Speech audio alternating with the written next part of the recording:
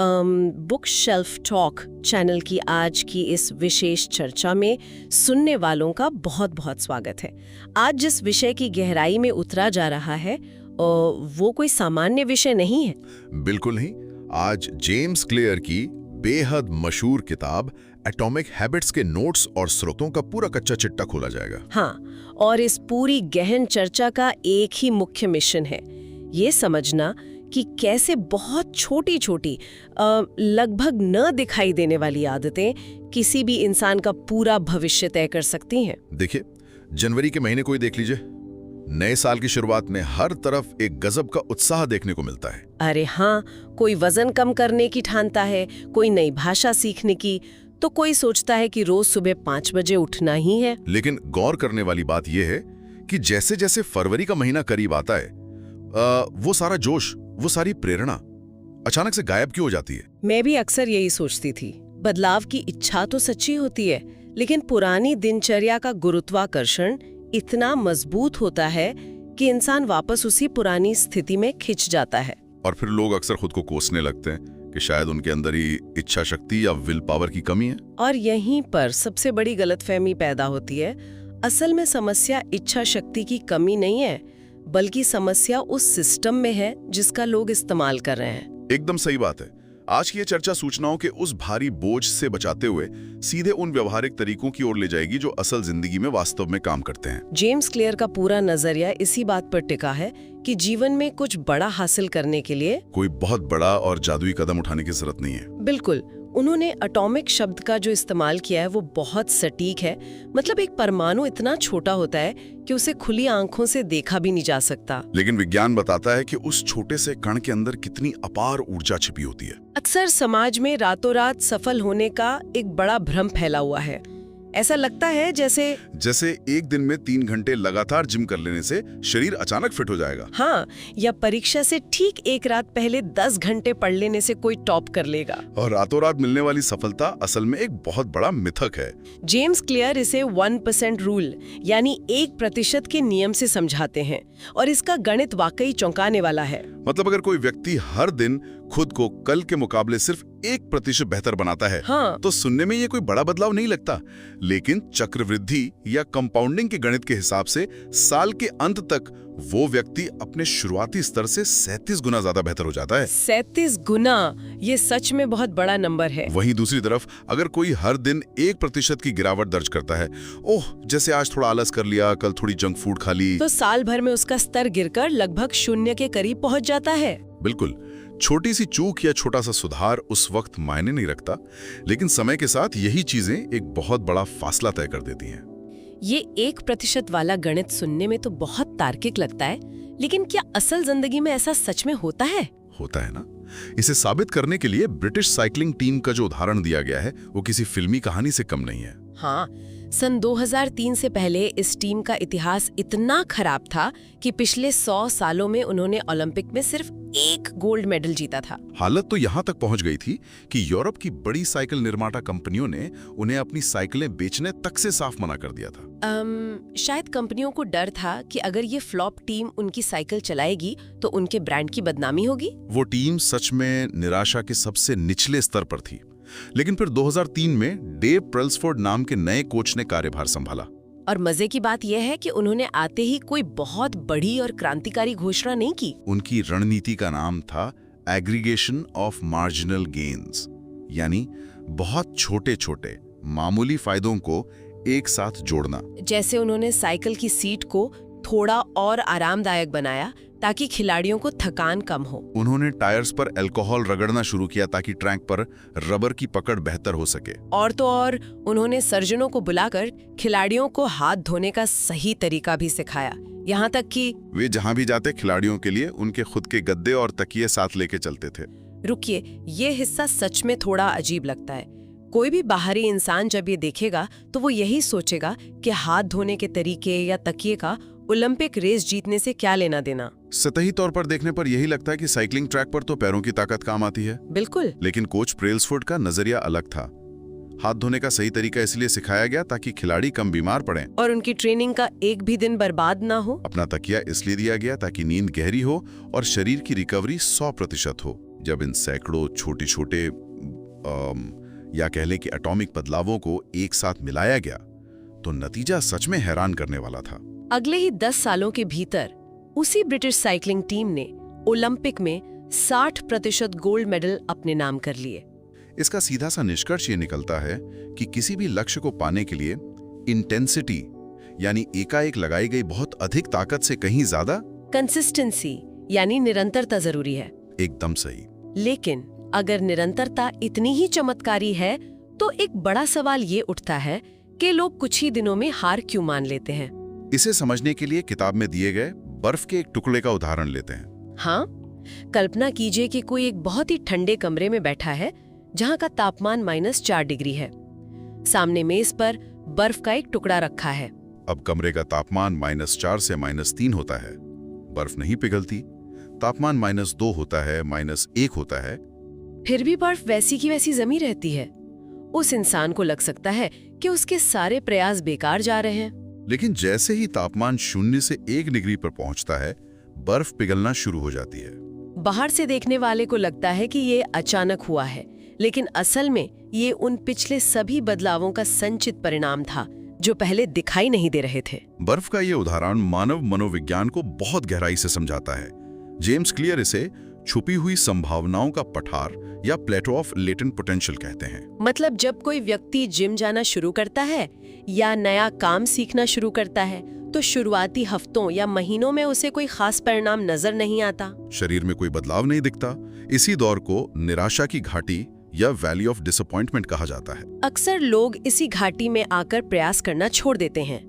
उन्हें लगता है कि उनकी मेहनत बेकार जा रही है, जबकि सच्चाई ये है कि उनकी मेहनत बेकार नहीं जा रही, बल्कि जमा हो रही है, बिल्कुल उस बर्फ के कमरे के तापमान की तरह। ये विचार बहुत राहत देने वाला है कि मेहनत बेकार नहीं जाती, बस जमा होती है।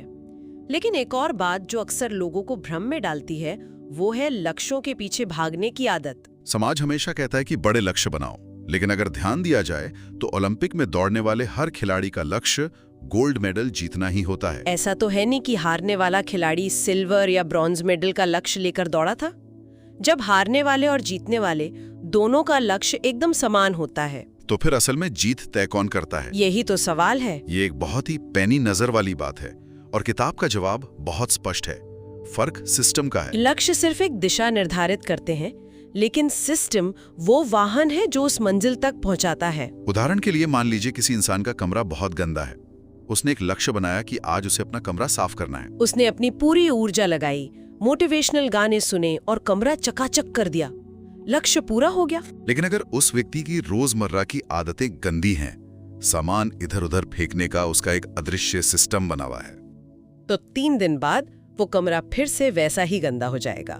लक्ष्य ने सिर्फ एक पल के लिए परिणाम को बदला, लेकिन सिस्टम ने उस गंदगी के मुख्य कारण को नहीं सुधारा। मतलब ये हुआ कि आदतों को सुधारना ही स्थायी बदलाव की एकमात्र चाबी है। लेकिन अगर ये इतना स्पष्ट है तो एक पुरानी आदत को छोड़ना या नई आदत को अपनाना इतना पहाड़ जैसा काम क्यों लगता है? स्रोतों के अनुसार जेम्स क्लियर ने बदलाव की 3 अलग अलग परतों का जिक्र किया है।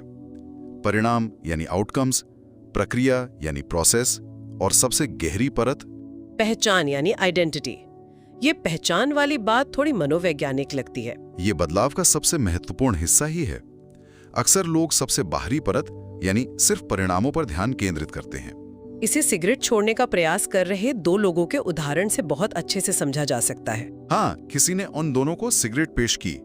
पहला व्यक्ति कहता है, नहीं धन्यवाद, मैं सिगरेट छोड़ने की कोशिश कर रहा हूँ। सुनने में ये एक सकारात्मक कदम लगता है, लेकिन ध्यान दीजिए उसके दिमाग में वो अभी भी खुद को एक स्मोकर ही मानता है जो कुछ और बनने की जद्दोजहद कर रहा है। उसका व्यवहार उसकी पुरानी पहचान से लड़ रहा है। वहीं दूसरा व्यक्ति बस इतना कहता है, नहीं धन्यवाद, मैं सिगरेट नहीं पीता। ये एक बहुत ही सूक्ष्म लेकिन गहरा अंतर है।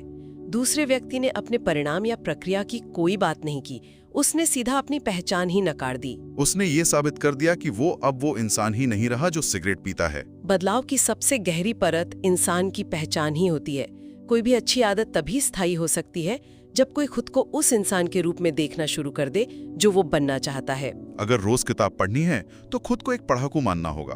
अगर रोज दौड़ने जाना है तो खुद को एक एथलीट के रूप में देखना होगा। जब पहचान अंदर से बदल जाती है तो आदतें कोई काम या मजबूरी नहीं रह जाती, वे इंसान का स्वाभाविक हिस्सा बन जाती हैं। ये पहचान वाली बात तो जड़ से बदलाव करने जैसी है। अब चलिए इस चर्चा को उस दिशा में ले चलते हैं जहां व्यवहार को बदलने के असल और व्यावहारिक तरीके बताए गए हैं। जेम्स क्लियर ने व्यवहार परिवर्तन के 4 नियम दिए हैं। ये नियम इंसानी दिमाग के उस हैबिट लूप पर काम करते हैं जिसके 4 हिस्से होते हैं: संकेत, इच्छा, प्रतिक्रिया और अंत में इनाम। शुरुआत करते हैं पहले नियम से, जो है इसे स्पष्ट बनाएं। लोग अक्सर बहुत ही धुंधले वादे करते हैं, जैसे मैं कल से पढ़ाई करूंगा या मैं अब सेहतमंद खाना खाऊंगा। दिमाग को ये समझ ही नहीं आता कि इसका असल मतलब क्या है। दिमाग को स्पष्टता पसंद है। जब वादे धुंधले होते हैं तो उन्हें टालना बहुत आसान होता है। इसके लिए क्लियर इम्प्लीमेंटेशन इंटेंशन की बात करते हैं, यानी इरादे को लागू करने की सटीक योजना। इसका मतलब है कि समय और जगह पहले से तय होनी चाहिए। मैं पढ़ाई करूंगा की जगह ये कहना कि मैं कल सुबह 7 बजे अपनी मेज पर बैठकर 30 मिनट तक इतिहास की किताब पढ़ूंगा, दिमाग को एक स्पष्ट संकेत देता है। और शायद इसीलिए उन्होंने हैबिट स्टैकिंग का कॉन्सेप्ट भी दिया है। ये तरीका मुझे बहुत व्यवहारिक लगा। इसका मतलब है कि किसी नई आदत को शून्य से शुरू करने के बजाय उसे अपनी किसी पुरानी पक्की आदत के ऊपर चिपका देना। जैसे अगर कोई इंसान सुबह उठकर चाय जरूर पीता है, तो वो ये तय कर सकता है कि सुबह की चाय का कप सिंक में रखने के ठीक बाद वो 5 मिनट ध्यान करेगा। यहाँ चाय पीना एक ऐसा ट्रिगर या संकेत बन जाता है जिसे दिमाग कभी नहीं भूलता। हैबिट स्टैकिंग के साथ साथ इंसान के आसपास का माहौल भी बहुत बड़ा खेल खेलता है। अगर किसी को दिन भर में ज्यादा पानी पीने की आदत डालनी है, लेकिन पानी की बोतल फ्रिज के अंदर सबसे पीछे छिपी रखी है, तो वो कभी ज्यादा पानी नहीं पी पाएगा। इसके बजाय अगर घर में जगह जगह मेज पर सोफे के पास पानी की बोतलें भर कर रख दी जाए, तो नजर पड़ते ही पानी पीने की संभावना बढ़ जाती है। जो चीज नजरों के सामने होती है वो एक स्पष्ट संकेत का काम करती है। अब आते हैं दूसरे नियम पर, इसे आकर्षक बनाएं। ये नियम सीधा हमारे दिमाग के डोपामाइन वाले हिस्से से जुड़ा है। जो काम मजेदार लगता है, दिमाग उसे बार बार करने के लिए प्रेरित करता है।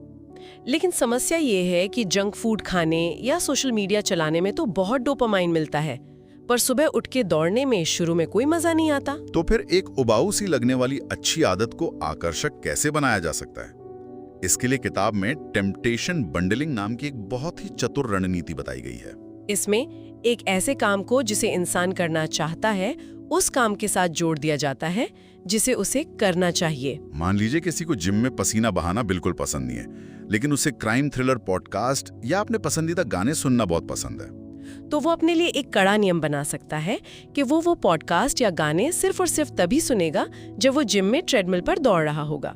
धीरे धीरे दिमाग उस पॉडकास्ट की खुशी को जिम जाने की क्रिया के साथ जोड़ देता है। और ये भी तो सच है कि इंसान एक सामाजिक प्राणी है। वो अपने आसपास के लोगों की आदतें बहुत जल्दी पकड़ता है। अगर कोई ऐसे ग्रुप का हिस्सा बन जाए जहां हर कोई वीकेंड पर सुबह साइकिल चलाने जाता है, तो उस इंसान के लिए भी साइकिल चलाना एक आकर्षक और स्वाभाविक काम बन जाएगा। लेकिन इसी नियम को बुरी आदतें छोड़ने के लिए उल्टा भी तो किया जा सकता है, यानी इसे अप्रिय बनाएं। बिल्कुल। अगर सोशल मीडिया की लत छोड़नी है तो फोन से उन ऐप्स को डिलीट किया जा सकता है या उनका पासवर्ड इतना लंबा और मुश्किल बनाया जा सकता है उसे टाइप करने का सोचकर ही दिमाग को चिढ़ होने लगे।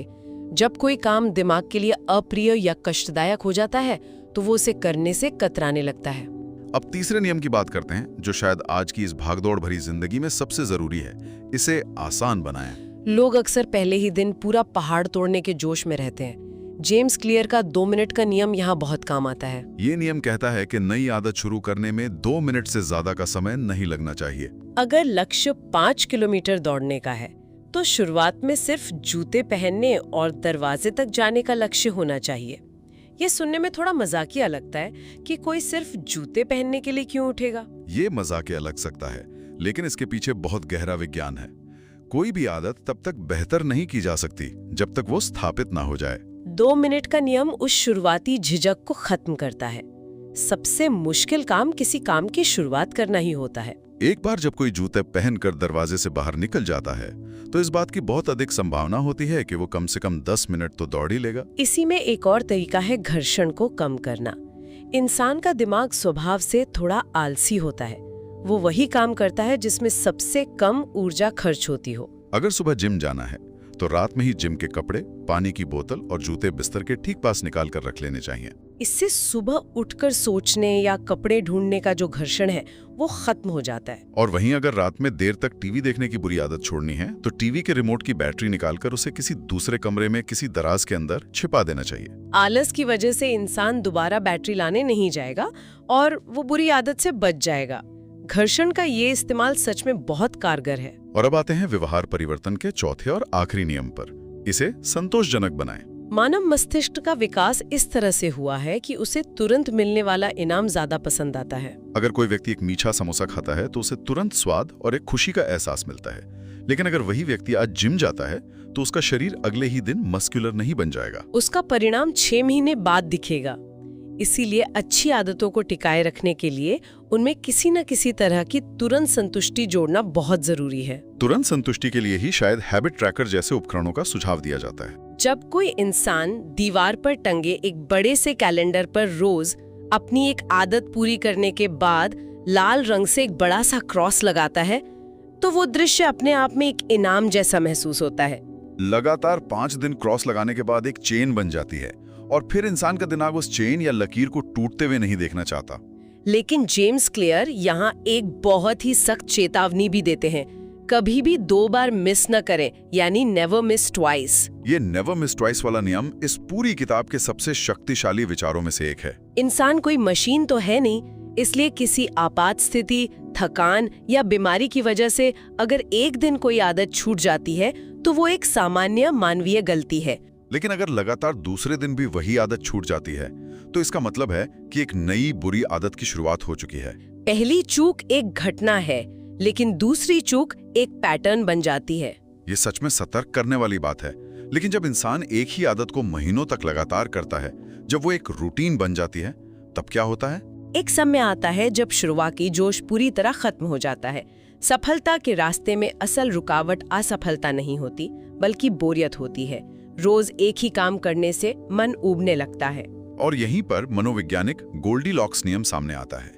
ये नियम स्पष्ट करता है कि इंसान का दिमाग उस समय सबसे ज्यादा गहराई से काम में लगा रहता है जब चुनौती उसकी वर्तमान क्षमता से सिर्फ 4% ज्यादा हो, न बहुत कम न बहुत ज्यादा। अगर काम बहुत मुश्किल है, जैसे पहले ही दिन 100 किलो का वजन उठाना, तो इंसान निराश होकर हार मान लेगा। और अगर काम बहुत आसान है, जैसे 1 महीने बाद भी सिर्फ 1 किलो का वजन उठाना, तो वो बुरी तरह बोर हो जाएगा।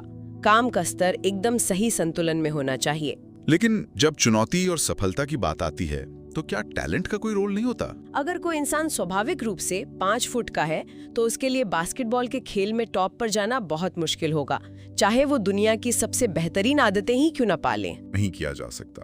हमारी जेनेटिक्स और हमारा टैलेंट ये तय करते हैं कि हमें अपनी मेहनत किस दिशा में लगानी चाहिए। एक तैराक का शरीर और एक रनर का शरीर अलग अलग तरह से काम करता है। आदतें तब सबसे ज्यादा असरदार होती हैं जब वे किसी व्यक्ति की स्वाभाविक क्षमताओं के अनुकूल हों। लेकिन यहाँ एक बात पत्थर की लकीर है। बिना अच्छी आदतों और निरंतर सिस्टम के दुनिया का सबसे ज्यादा टैलेंटेड व्यक्ति भी अंततः उस इंसान से हार जाएगा जो शायद कम टैलेंटेड हो, लेकिन अपनी आदतों को लेकर पूरी तरह अनुशासित हो। ये बात अनुशासन के महत्व को बहुत मजबूती से स्थापित करती है।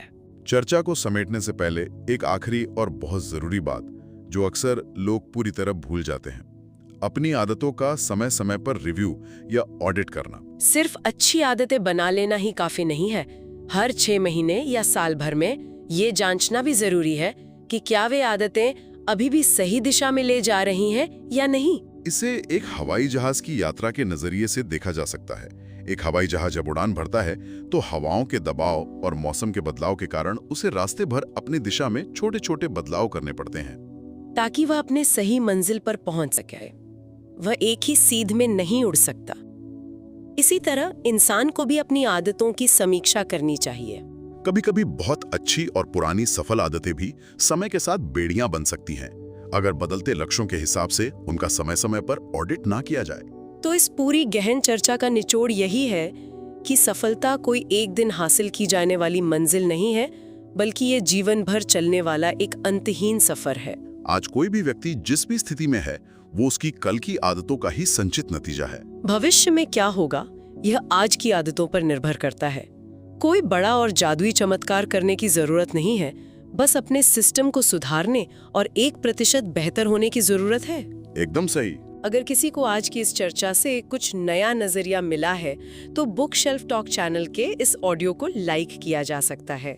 इसे उन लोगों के साथ साझा किया जा सकता है जिन्हें अपनी जिंदगी में एक सही सिस्टम बनाने की जरूरत है। और हाँ, विकास का और नई किताबें सीखने का कोई भी मौका ना छूटे, इसके लिए चैनल को सब्सक्राइब करना एक बहुत ही अच्छी आदत साबित हो सकती है। इस चर्चा को समाप्त करने से पहले एक बहुत ही विचारणीय सवाल है जिस पर गहराई से सोचने की जरूरत है। सोचने वाली बात यह है कि क्या ऐसा हो सकता है कि आज जिन अच्छी आदतों ने किसी व्यक्ति को सफलता के इस मुकाम तक पहुंचाया है, जिन पर उसे सबसे ज्यादा गर्व है, वही आदतें भविष्य में उसकी आगे की ग्रोथ को रोक रही हों?